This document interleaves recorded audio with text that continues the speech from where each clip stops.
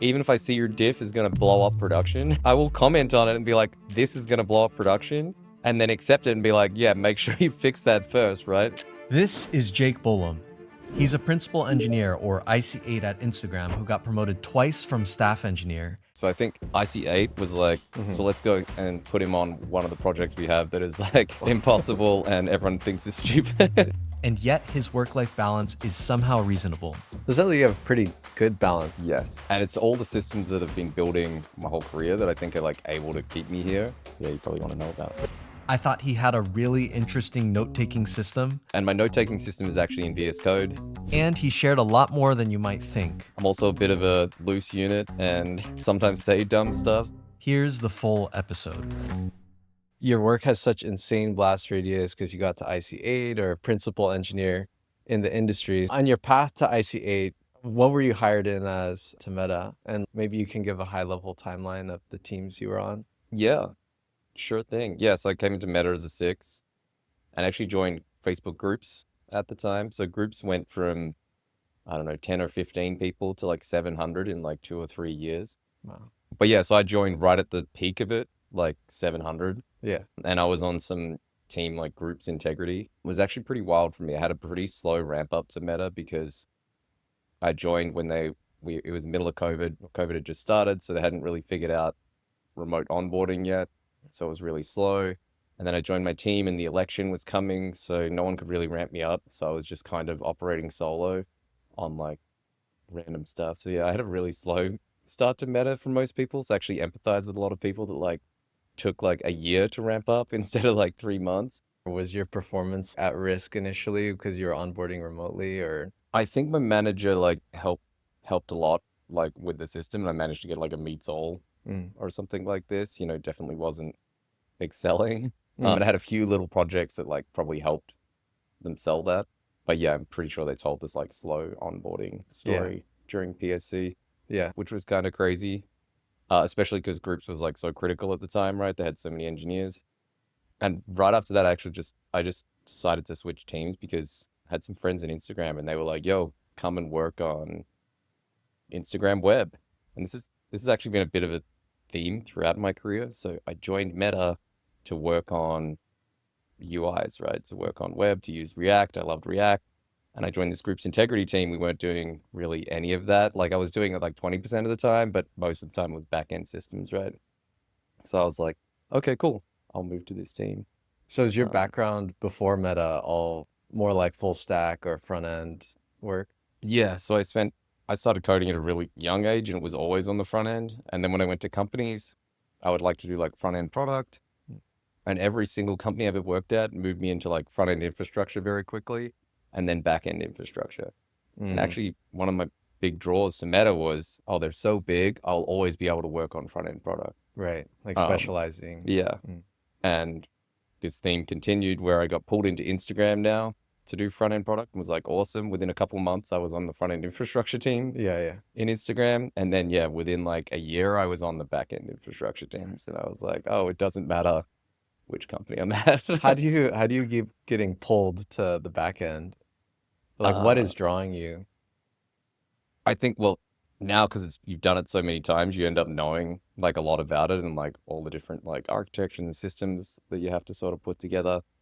And it is more impactful now, right? With the big switch to mobile, the only thing that's like rivaling it is the server, right? Like web has become such a small amount of our traffic.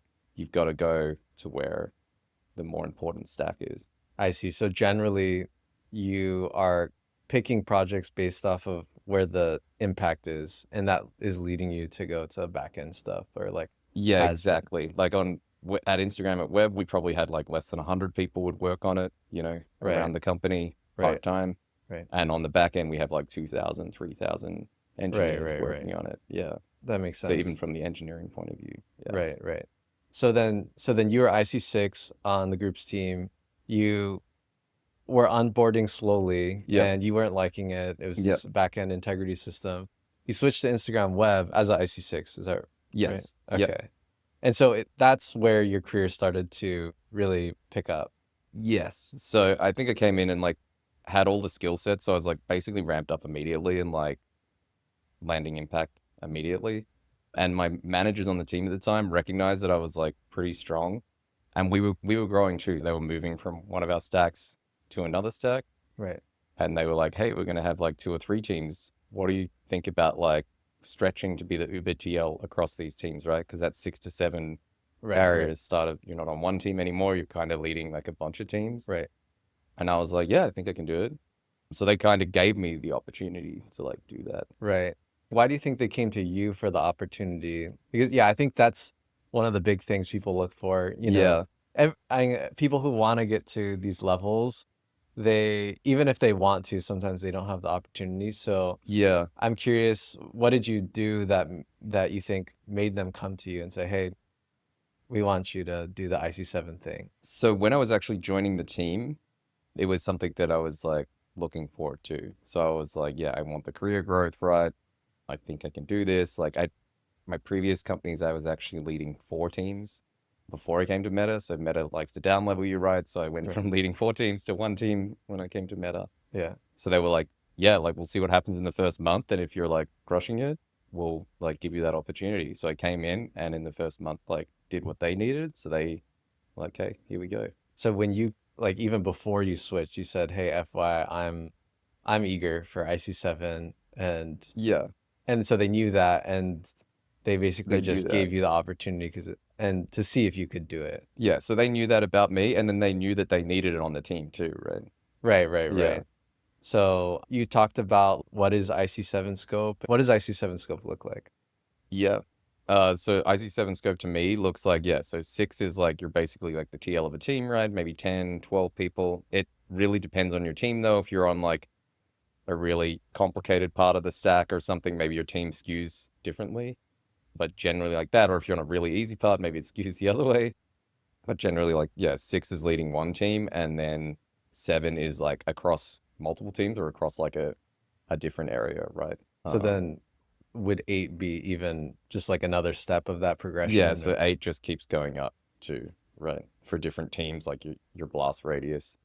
And yeah, this is all dependent on how important the problem is that you're working on, right? Working on the backend infrastructure, right? If you're impacting 3,000 engineers by like making your frameworks better, Right. and it's taking a lot to make those frameworks better, right? Right. You need like hundreds of people to make those frameworks better. Yeah. Like you're hitting pretty big blast radius. Yeah. Yeah. So then your archetype is leading through other, because there's also the other ones like framework specialist, kind of someone that just digs deep somewhere and speeds up 1,000 people, but is not directing 1,000 people. Maybe you can talk about like the archetypes you generally Yeah. fit So into. this, I'm talking through one very specific lens, Yeah. right? So yeah, there's all these ways that people can, contribute to the business and like be having that large blast impact. Hmm. And yeah, the most extreme other end of the spectrum is like the specialties, right? So you've got Right. the guys that are like, I don't know, deep on the compiler, or like, yeah, they change like 10 lines of code down there and it saves the business, hundreds of millions of dollars. So Yeah, like a fixer. like the fixes, Yeah. yeah. So you've got this range Right. that you can do it in. And It- maybe they don't like talking to people, right? They don't like running Yeah. around, Yeah. but we still realize there's like really good value in having these folks around and give them the career path too. right? Yeah, definitely. Yeah. Were you intentional about the archetype that you picked for yourself as you grew to IC8? So I guess not really. My philosophy is always just do whatever it takes to get whatever project I'm on done. Mm. But, I'm leaning into my strengths, and my strengths are like talking to people, like being able to, coordinate people. Mhm. I like to think I'm like fun and happy to be around, which gives people like, some motivation other than work Mm. to be there. And like, most of the projects I'm on are like marathon projects. So we get to stick around for like a long time together and have some fun. Right. So you're like a force multiplier. Like you take a group of people and you make them some percentage better because of, your behaviors. Yeah, maybe that's what happens, but I don't think about it like that. Mm. I'm just trying to get us all doing the same thing. Yeah. And I see the good in people, right? And I like see the strengths in people. I just want people around me to succeed. So I'm just trying to make them succeed. And I guess that ends up, compounding and being best for all of us. Like, Have you ever yeah. thought about management? Because like a lot of what you just described, I feel like there's some overlap Oh. there. I've done some brief stints in management before Meta. Yeah. And yeah, I think it's just it's not for me, because I like to be able to then like, if the project needs it, go and like, land 500 diffs in a couple of months or whatever. Yeah, Like yeah. go and land a ton of code to Yeah, get us yeah. across the line. I see. And can't really do that in Right, in yeah. management. Yeah. I'm also a bit of a loose unit and sometimes say dumb stuff. So I think it's better if I'm not in management and like Yeah. have people in management who can check me on that, occasionally when it's needed. Right. No, Yeah. that makes sense. Yeah, I feel like you have to be a little more sensitive to Yes. things as a manager. Yes. Yeah. Yeah, I noticed your internal profile said something like always open for a chat or something like that. But my view of an IC8 is someone who's drowning in responsibilities and does not have time. Yeah. Why do you make time for, or make yourself available like that if your time is like so precious? So yeah, definitely, you're getting worked a lot at IC8 and you are overloaded. But yeah, I'll always make time for someone who is reaching out about something, right? Maybe I'll be completely overloaded and the meeting has to be like a few weeks from now. But there's a lot of value in being accessible to everyone, right? Right. Like anyone can come to you and be like, hey, I have this idea or I have this problem. Like, can you help me? And you're just like helping your org, or you learn about a problem that you wouldn't have known about otherwise. Right. I kind of wonder though, because someone like you is probably getting so many, outreaches. Like, I would have thought you'd have to pick and choose a bit, like let's say intern comes to you and is just excited and wants a coffee chat or something. In a nice, perfect world, you'd make time for them and you talk to them. But in a impact-driven world, some things are going to need to be dropped. What are your thoughts on picking and choosing your time? Yeah, so I do try to put the levels thing out of my head Mm-hmm. always. So if an intern's coming to me, I try to treat them the same as everyone else. So if they came and they were like asking good questions, right, or like, you're telling them stuff and they're like acting on it and going for it, I'm probably likely to give them more time again. But if they come in and they like kind of ignore it or they ask really bad questions and stuff, probably not likely to give them too much time again. Right. This is assuming I had time in the first place. Right. Yeah, if I'm completely overloaded, like it'll be like, hey, sorry, like can we do it in a month? Or here's another person that you can chat to, right? Who would probably be better and helpful. Right. Yeah. You mentioned, so just trying my best, I guess. Right. To a certain point. You mentioned bad questions and good questions. And I think a lot of people who are earlier in their career, that's something that they're thinking about a lot is, should they ask or not? What's good? What's bad? Yep. Do you have any tips on how to make your questions good? I haven't really thought about it too much, but I don't know. Just be genuine, right? Don't try and like script it or like pick up line it. Like, just be genuine about what you want to ask or find out. Yeah. Because then naturally you'll find the right person, right? If you ask me one of these questions that is like very helpful for you and I know someone better who can answer it, who has more time, right? Then you're going to end up with someone better who has more time and it's going to be better for you in the long run. Anyway. Yeah. Before we leave the IC7 IC8, I'm curious. You mentioned there was a big migration that got you promoted to IC7 and you were leading a few teams and your management chain said, we need a leader, and you were eager and you took that on. What was it for IC8? Yeah. Also just on that, like getting to the 7-1, you got to also land the project, right? Right. So yeah, definitely. I think something that happened that helped with the 7-1 is I was like sort of seen as this person that would like come in and like fix it or get it back on track, right? So we were doing the infra migration, right? And it was scoped at like 2 years or something. Yeah. And we came in, and it wasn't just me. Like I came in, and like we all started chatting and stuff, and we got excited, and we actually ended up delivering like the majority of it in like 6 months. Oh, which wow. was like crazy. No one expected that. Which meant that we can then move 90% of the resources onto other stuff, which actually let us put ads on Instagram Web the following half.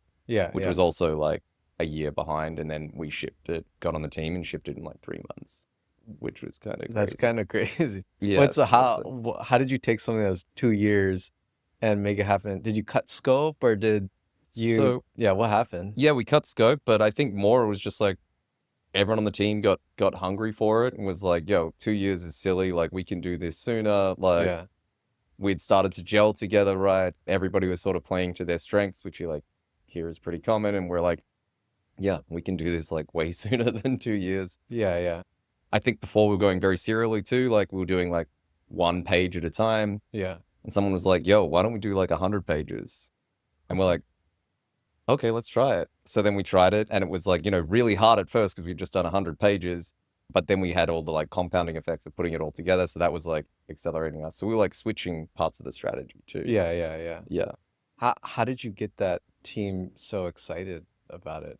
I can't take all the credit because I don't know what happens. These situations are organic. You just start talking Yeah, about it, yeah, and yeah. then people like bouncing off each other and doing it. But yeah, I was just bringing some of that hungry energy, and I guess it was infectious. And then everybody was like on board with it. And we're all having fun, and we're like, yeah, we want to do great.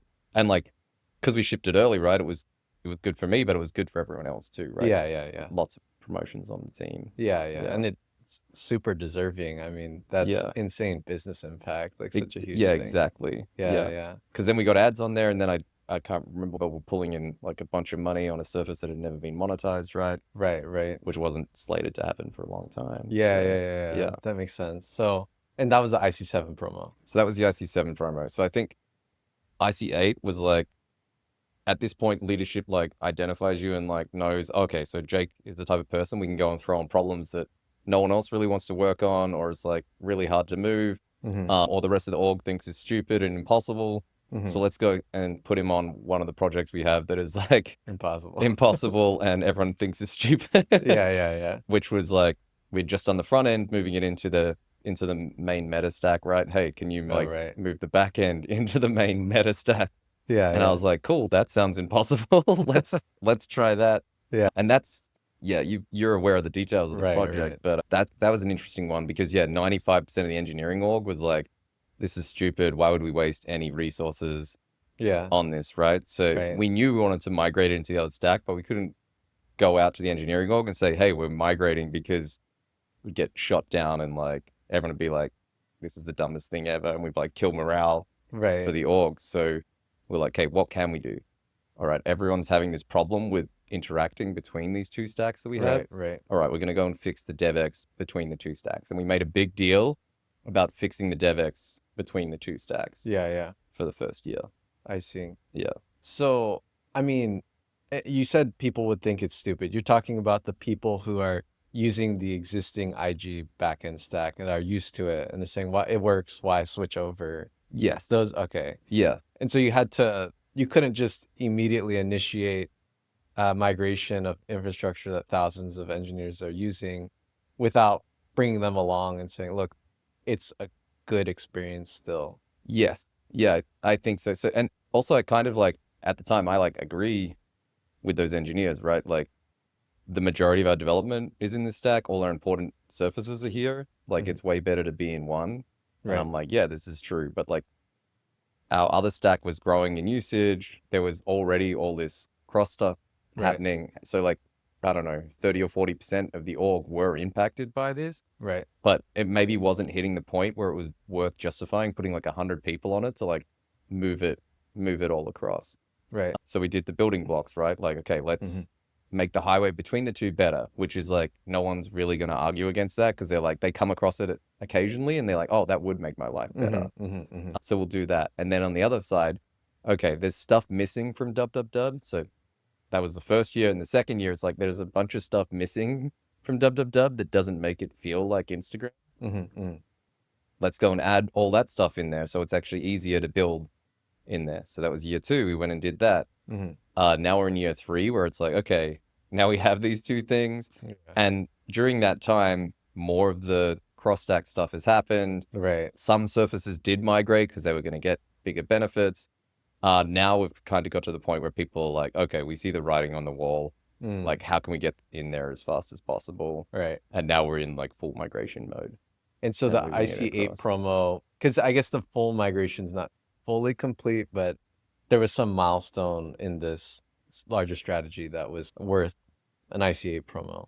Yeah, I think so. So I think this project, Yeah. at some point, someone came to me and was like, yo, should be running this project or Uh-huh. something, who's like a very senior engineer at Meta, Meta, like okay, I don't know, yeah. 10 or 11. He's been around a while Yeah. because the project was like it was so crazy trying to rewrite Instagram, Right. While the classic metaphor of like you're on the plane, you've got to Yeah. switch the whole Switch the plane while engine you're still on it. Yeah. Yeah. So yeah, this project was scoped at like many IC8s Yeah. worth of scope, or an IC9 or something, Yeah. and we only had 7s working on it Yeah, at the yeah. time. So there was space for that if you were like going to do it. And then we hit a couple of big milestones, right? So we had some of these surface milestones we had hit, as well as we'd hit pretty big traffic ones. So we'd That's hit cool. like massive milestones, Right. but yeah, that was still enough to be like, okay, yeah, Like they've done this is a lot worked. of work. Yeah, there's 150 teams involved. There's like, it's moving. Everything that is being moved is like 20% faster, or is like way easier to work on. Okay, okay. Okay. I mean, yeah, that blast radius is insane. I mean, it Yeah. makes a lot of sense. Yeah, one thing I was curious about, because this is one of those projects where you're switching out a lot of the infrastructure that people are using. How did you make sure all these engineers are happy with the tooling? Because you're switching it out while they're doing their day-to-day work. Did you, I don't know, have some sort of way to engage the community and keep them happy?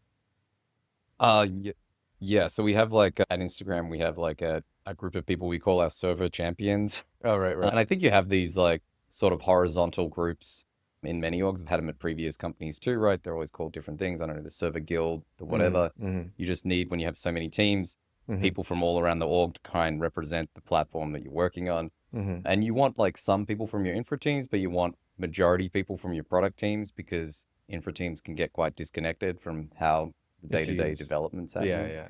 So we had those folks. So we would always like, it's basically a continuous channel. Like we have a chat group and stuff, right? I think there's about 40 of us. Yeah. So they're always giving us feedback. We're always asking for feedback. If stuff's coming up, we're asking them to like let us know, right? Like if someone on the team raises it to them, let us know. I think that's actually like probably our most important feedback channel. We do have the big feedback channels of like, the 2,000 person groups where people can post in DevX feedback. Like, but we find it has to be really bad by the time it gets posted in that group, and we probably know about it already. Yeah. Whereas these server champion groups, like we might know about it within an hour or two, right? Of something like rolling out or breaking. Yeah. In addition to like all the metrics that we monitor, which are very helpful too. Yeah. That makes sense. As you've grown from IC6 to IC8, you take on more responsibility. How's your like hours worked per week changed over time?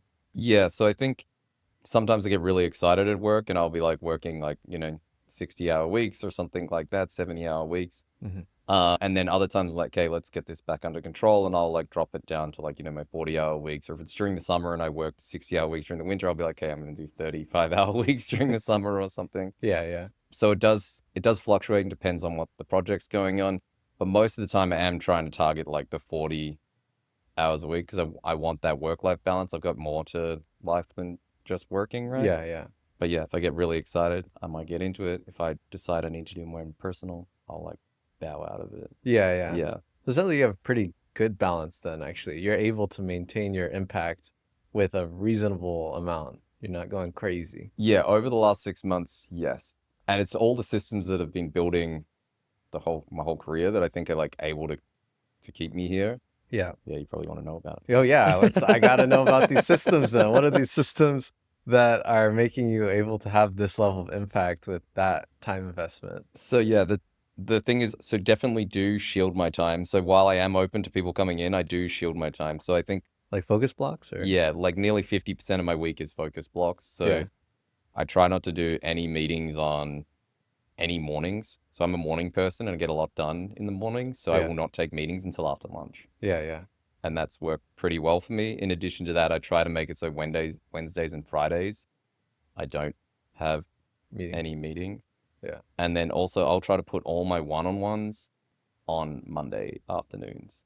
Is there some specific reason for beginning of the week, or just nope, nothing for beginning of the week. I just picked a day that I was like, okay, I'm going to just do these all in a block. Yeah. And then that leaves basically Tuesday and Thursday afternoons for project meetings. Yeah. This doesn't always work, right? Because Yeah, I was about to say, like, there's every week there's exceptions to the Yeah. rule, but generally I find that shields a lot of my time so that I'm able to be able to do stuff to like move the projects forward that I need, or like message people when I need to Right, message. right. Or, Okay, so yeah. focus time. What about, because you said sometimes you just really focus and you do 500 diffs in Yeah. like in a couple months. When you're in that hyper productive coding state, how do you do that? Oh, okay, yeah. So in times where I'm doing that, yeah, like I'll just disappear for like two or 3 weeks. Well, not disappear, but like I will cancel like lots of these meetings, right? If you once a project's going and has momentum or something, you can like, skip a few weeks of Yeah, project updates or sync groups if we're all together and know exactly what we need to be doing. yeah. So yeah, we'll cut out meetings. And I think I've been praised a little bit for like how few meetings I have on the teams and projects that I run. Like people are very surprised when they come in and learn that like this massive project doesn't have central meetings. Yeah. Like there are no meetings. Yeah, Like yeah. people are like, hey, I want to get involved. Can you add me to the syncs? I'm like, there are no syncs. Like, Well, how do you keep, because those meetings have some value. So they have some value. So the work streams that need to have them will, but like overall and overarching, there isn't any. So there's not this tiered thing. It's like if you're on a okay. particular work stream, right, there is one sync for that. Yeah. You don't have to go to like a series of syncs where it's like, okay, we need to go to this one, and then I need to go to like this level one and this level one. Yeah. Yeah. Is there some high leverage, like leads kind of meeting? So there isn't that yet, but there is probably a core group of like, 15 TLs across the different areas. But we don't all just sit in a meeting and meet together. If we need to, we'll like chat in a group, but we don't even have a chat group. There's not even a chat. There's not even a chat group. So it's all ad hoc as needed. It's all as ad hoc as needed. And like if we need to have some of these conversations, we'll just push it into the wider forums. Yeah. Or if there does need to be a thing that's like sensitive or something and we do need to chat about it together, we will do the ad hoc stuff. Yeah. I like that. I mean, most recurring cadences are suboptimal because they're just static, so yeah, I do kind of like that. Yeah. So this is part of the philosophy too. So always be available, right? So if someone needs to talk to me that day, I will find time to like talk to that person, right? Yeah. Whether it's like I have to be out, I'm out going for lunch or something, I'll take the phone call. Like I'll do meetings in all sorts of weird places to make sure that people like have the info they need and they're on the block. Right. And in those times where you're a coding machine, are you also diff review machine, and what's it look like? Yeah, whatever's needed. I actually usually when I fire up and I'm getting in the zone, I'll go to the diffs first, because anyone who's got a needs review diff, right, like they're semi blocked or like they're not being able to land what they're landing. So yeah, I'll go through all of that first, get that in before I even start coding myself. And every hour I'll go back and check again. Yeah. Oh wow, so you're like really on top of diff review then. Really on top of diff reviews. Yeah, like actually I think there's probably lots of memes floating around for me, because like people put up diffs and like 5 minutes later it's like stamp on me and they're like, what the hell is going on? And that's a lot because I'm on top of it, but also because I have this philosophy on like diff reviews and risk, where if like if I don't think the diff is risky, right, you're getting a very rudimentary review, and like basically you can put that code in. Like, so if it's like gated, if it's not on a core system, right, these things, then you're gonna just get a very high level diff review, and then basically I'm just like trusting you. So you're saying you modulate your level of time investment based on how risky the diff is.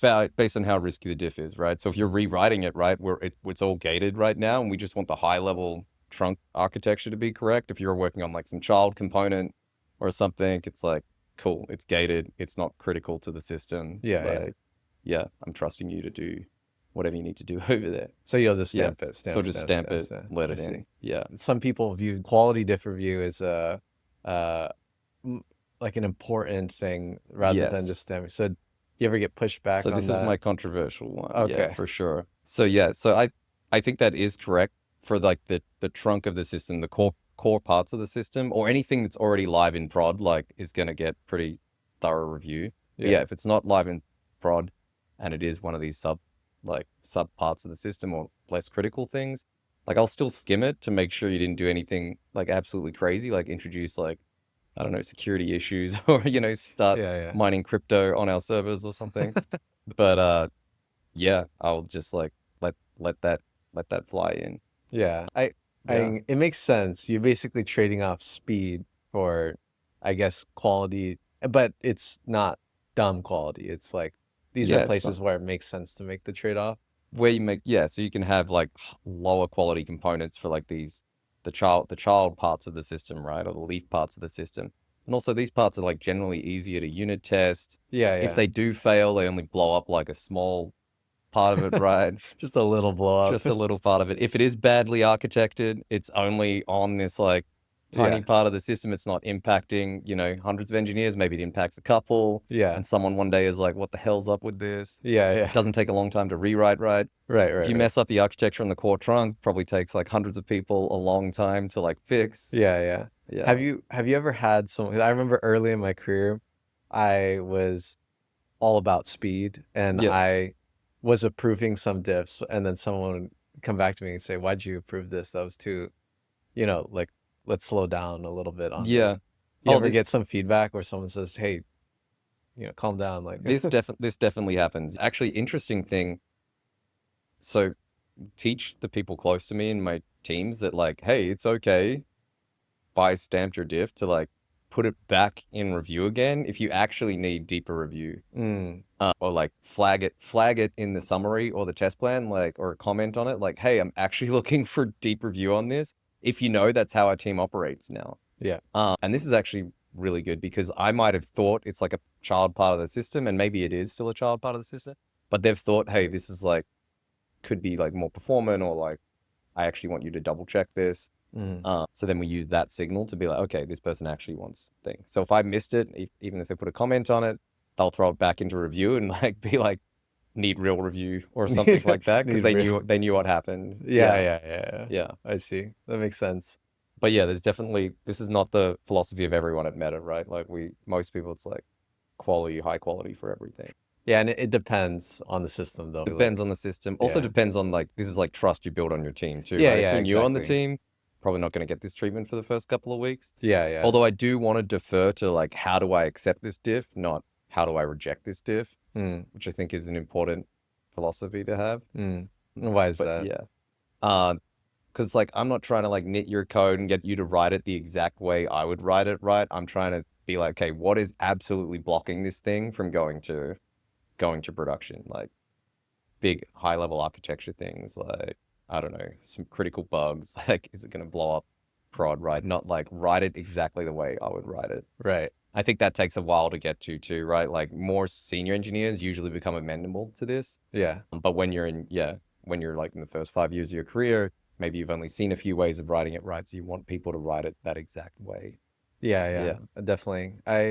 I think when you are working in a team where there's high trust and you get to the point where people, they have feedback, but they accept with nits, Yeah. I love that because Yeah. everyone's just trusting each other, move fast. Yeah. And I have some feedback, but it's not that important. It's Yeah. just like, take it if you will. Man, this is where I push that needle even further again. So I'll like, even if I see your diff is going to blow up production, You accept. I will comment on it and be like, this is going to blow up production, and then accept it and be like, yeah, make sure you fix that first, right? Yeah, And yeah. like, I've never had a case where someone's like landed it, Yeah, like yeah. with a comment on it that says, hey, this is going to blow up production. Because can you imagine like sitting in Sev review or something and someone's like, the diff had a comment on it, this is going to blow up Yeah, production, yeah. and it blew up. So So it's yeah, wild that never, you it's accept never that, though. yeah, except Yeah. I just trust them to fix it, right? Like, Yeah. fix it the right way. Once again, if they have trust, if it's like a new person on the team and I'm not sure if they're going to fix it the right way, Yeah. right? I might be like, ping me again when it's like ready. Yeah. But yeah, 99% of the time, I'll just like accept and go. Yeah. And yeah, haven't had to do the thing where I pull back because I've never had one that's been shipped That accidentally. Yeah. exploded Yeah. production. And that's actually a little bit of a philosophy I use across, like, I guess, building these systems, judging how fast I'm moving. Yeah. If I'm doing something and I'm not getting feedback that it's like broken, or I'm not seeing negative effects from it, right? Yeah. Even if it is controversial and crazy, Yeah. I'll keep pushing the boundary on it, right? Yeah. Same as our rollouts. Like if we're at 1%, we're getting like very little feedback and like metrics are looking good. And we might move to like 10% the next day. And people are like, that's crazy. Like step to like 2, 3, 5 things. It's like, Mhm. well, we're not getting any like Right. signals that it's not going poorly. Right, As soon right. as we get signals that it's going poorly, we start pulling back. But Yeah. otherwise, I find you like move too slowly, Yeah, yeah, right? yeah. You want to be moving at like the fastest speed you can without ruining Without, things, yeah, yeah. right? So if you're not Yeah, making yeah. anything worse, like keep trying to find that edge. Yeah, yeah. Yeah. I had a tech lead early in my career, and I had taken down prod or something, and I was talking to him about it, and he, on one end you shouldn't break prod generally, but he also said if you never break prod, that's probably not also optimal. Like there should be some level of risk, otherwise you're moving too slowly. And Yeah, so exactly. yeah, try not to break prod, but if you Yeah. never break If you it, you're never break it. probably like very slow and Yeah. And if you're could be, breaking it every day, you're probably yeah, then going way too that's fast. Yeah. exactly, Yeah. exactly. Need to fix something. Do you use AI at all? Yes, I use ChatGPT like, I don't know, 10 times a day Okay. outside of work. And then Yeah. internally we have like our own things Metamate, that I right. use too. But I think it's great, right? Like just Yeah. like harness the tools that Yeah, are coming. definitely. They have a bunch of caveats and they make mistakes and stuff. But like, I don't know. I had to use, if someone said don't use a calculator, I'd be like, what the fuck? Use the tool. The tool's there. Figure out a way to use it, right? Yeah, then maybe we won't get replaced if we become masters of the tools. Yeah, yeah, exactly, exactly. Yeah.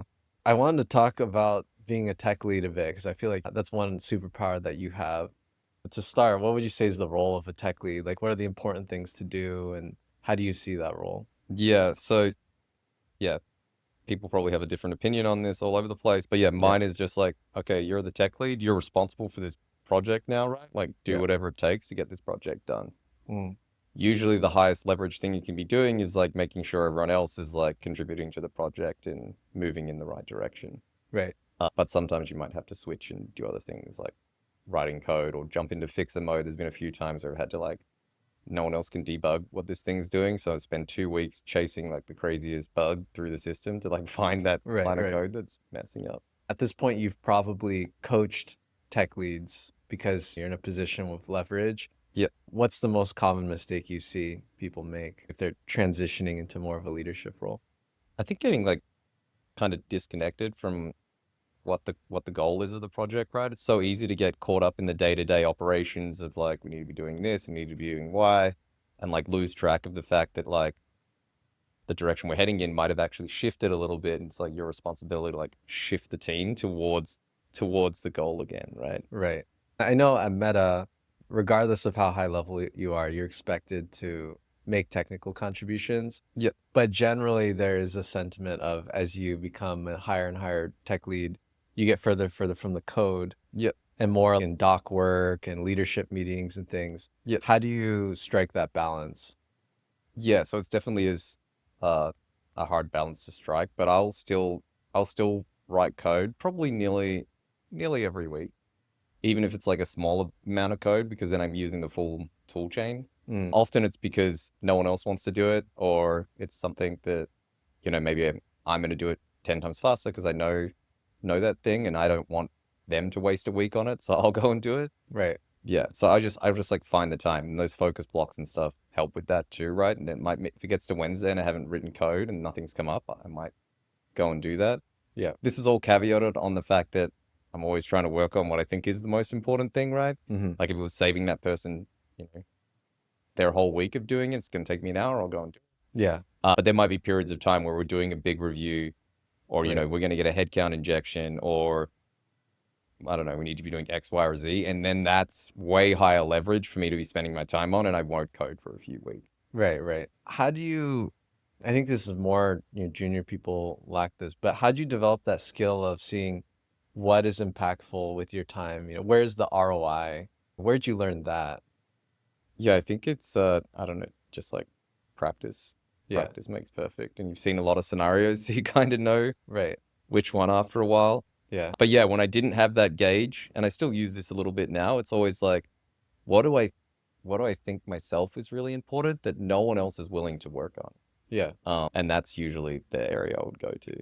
Oh, interesting. Before I had developed like a good sense of it. Because now there'll be sometimes where I'm like, oh, no one's working on it because it's stupid. But like, yeah. if I really think it's really important, I Yeah. will like find a way to work on it. Yeah. Oh, interesting. Yeah.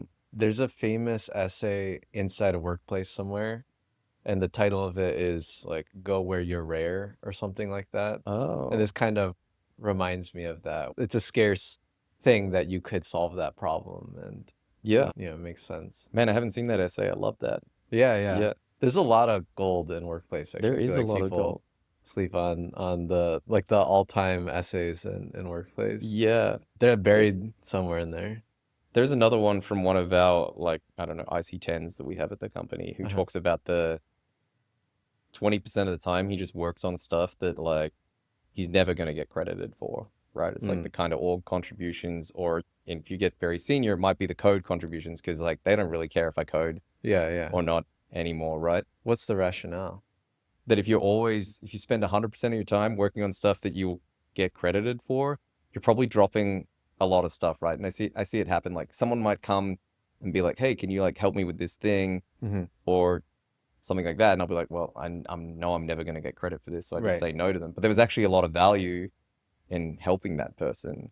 I'm just like, when performance comes around, no one's going to be like, I oh, see, you I helped this see. person. Cool. So I actually like that kind of mindset. And it was kind of how I was operating before I read this too. But like, yeah, 20 or 30% of my time, Yeah. I'll just do things that I know I'm not going to get credited for. Yeah, yeah. PSC is all about doing things that are measurable, and Yeah. there can be 100 little things that you help people with that Yeah. made them 5% better or something. And Yeah. that's not going to be in your PSC, because your PSC is probably just Yeah. giant migration item, giant, this, Yeah. giant that, not all those little things. Not So all the little things. And like those 20 or 30%, you want them to, from your point of view, you think they're valuable, right? But just no one else is going to think they're valuable. yeah, yeah, Like yeah. I think helping that person's valuable. I think doing things for the org, the Yeah, wider yeah. org, Yeah, is yeah, valuable. I think having some coding time is valuable, right? But yeah, yeah, other definitely. people are like, probably not. Like, Yeah, yeah. yeah. I think also early in my career, I worked so much extra hours just doing whatever people gave me that I do think it actually became valuable at a later time. Like, I Yeah. was credible and known as someone who's just gonna like unblock you no matter what. Like, I'll Yeah. be responding late or whatever just Yeah. because I was into it. Yeah. So there's like hidden things outside of PSC that, Yeah. And then that becomes valuable, right? yeah, and then that becomes Yeah. value. Yeah. Like a lot of people appreciate the fact that I'm a senior engineer who still codes. I think we talked about the work diary thing. I wrote something about how it's important to have some documentation of the things you're landing or the state of investigations, etc., and the value of writing. What's your process for keeping track of your work in writing? Oh, yeah. So basically, I have a really good note-taking system because I'm terrible at remembering things. So, and my note-taking system is actually in VSCode. Oh, really? Yeah, so I just have another VSCode instance spun up so I can have two running or whatever. Is it just the text doc? It's just a text doc. Okay. Yeah, and so I'll have it, and I don't actually use multiple monitors, so I just have like the workspace thing or whatever on Mac, like a where I can just delay. use a couple of fingers and it just flicks Oh, across. like that. Okay, yeah. So it's always very easily accessible. Mhm. And I'll just dive across, and I'll create a new README file in one folder. I don't have a folder archive. It's just one Yeah. folder, and I'll have like current project name or something just saved in there. Yeah. And that way I can like search for a file name in like 2 or 3 characters and jump between file names. So I have now on there's probably like tens of thousands of files because I have notes for everything on there. Yeah. But this is my like indexed way of like sort of jumping between lots of thoughts Yeah. and writing them down. And then I have like keyboard shortcuts for inserting like the current date and time, Yeah. right? So I can like kind of index it on that. Oh, wow. Um, It's like an extension of your brain. It's like yeah, you're just constantly noting things down and just all the constantly noting it down. And I don't have to spend any time organizing it, right? Because there is no folder structure, just one Right. giant thing. The only thing that it's organized by is like searching for a file name, or you can use word search, right? If yeah, you just need like to. Control F or Yeah, Control F. But most of the time, I'm like have a pretty good idea of what thing I saved it under, right? yeah, So yeah. every one-on-one, there's like a name of a person, right? Like Right. every project, there's one. I have like a couple of root level ones, like priorities or Right. something. So for work, there's priorities. So then in there, I'll have use the timestamp each day. These are the priority things. Write some memos for me up the top, like don't spend time on X Yeah, today, right? Or like this year, don't spend time on this. Like Yeah, yeah. focus on Y. Yeah. Which is actually helpful reminders because I'll jump in there once a week and be like, oh, crap, I'm trying to break that habit. Yeah, yeah. I'll get out of this. So I guess that's you writing things in and cataloging. Yeah. When you pull, like, let's say you're writing your performance review, that's one reason people like use. Yep. So you just kind of dive through there. Is there like one that's Um, like achievements or like, So I've only once in my career for a year kept track of the projects and stuff that I did. Mhm. And yeah, this year I'm not keeping track again. Okay. So yeah, I don't keep track of what is actually happening on the like Okay, so you day to just day. at the end you At just the end, I'll kind of try to like, figure it out. Yeah. okay. Which has downsides, right? You know, it takes like a whole day to figure out what you did for the year. Yeah, yeah. But yeah, I just haven't found value in tracking everything each day Yeah, yeah, because I yeah. already have like this system of like what I need Yeah, to well, I do on mean, the day to dailies day. probably be too much anyways. Like I feel Yeah.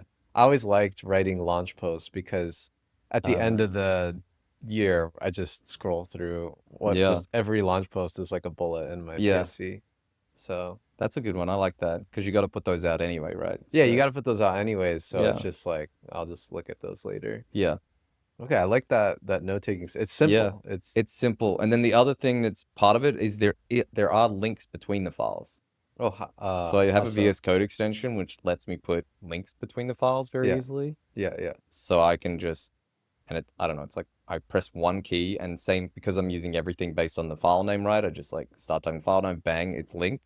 Yeah. So that's the way that it's kind of organized. I can like jump between these thoughts or whatever. Yeah. And then it actually has the same VS Code extension has this thing where you can view it as a graph. So if you started linking all your files together, Oh. you can then view your graph and see how you've like organized your mind and you're like, holy shit.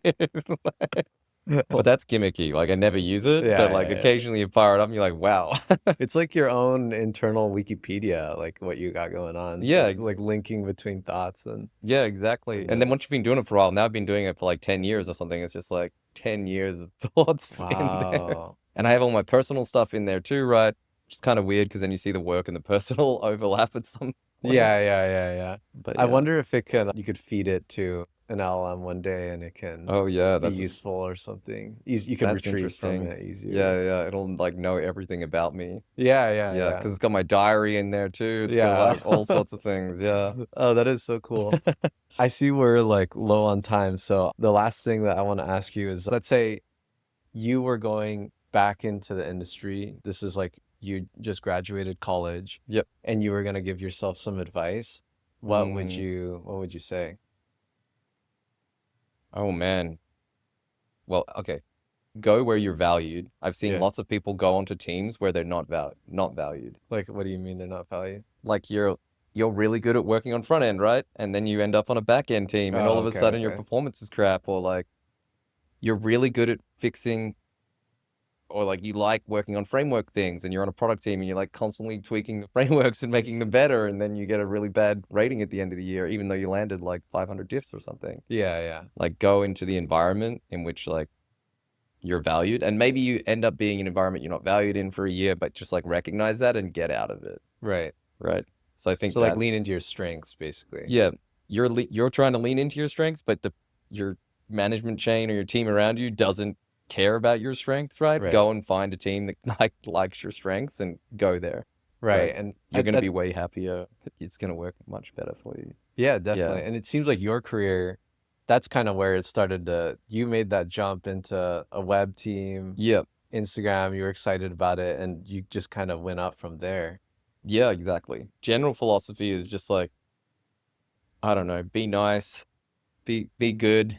What's the word? Have fun. Like I'm always being a joker, right? Like even when I'm talking to leadership or like writing out these big posts, right?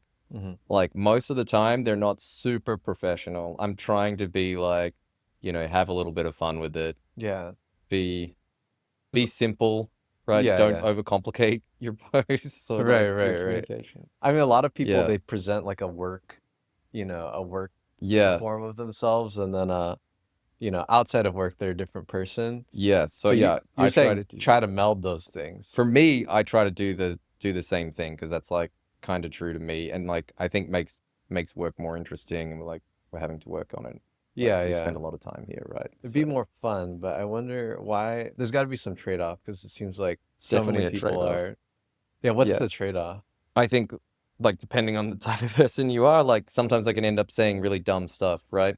Yeah. And then the way that I've had to counter this at work, people know that like, oh, Jake's very nice. And if he says something dumb and you tell him, he'll like be like, oh yeah, shit, sorry, that was dumb, and like apologize for it and like, Yeah. stuff like this. Obviously can't go out and say like really crazy stuff, but thankfully I don't do that in my personal life anyway. Right. But yeah, I try to bring my like, I don't know, myself to work. Thanks for listening to this podcast. I hope that it was helpful. This podcast is a hobby of mine, and so I'm not selling anything and I don't have any sponsors. But if you want to support the podcast, please drop a like if you're on YouTube or wherever you're listening to this. If you're on Spotify or Apple Podcasts, if you could leave a review, that would be much appreciated. And I'm always looking for new people to interview. So if you have any suggestions on that, people you think would be interesting to bring onto the podcast, please let me know with a comment and I'll take a look.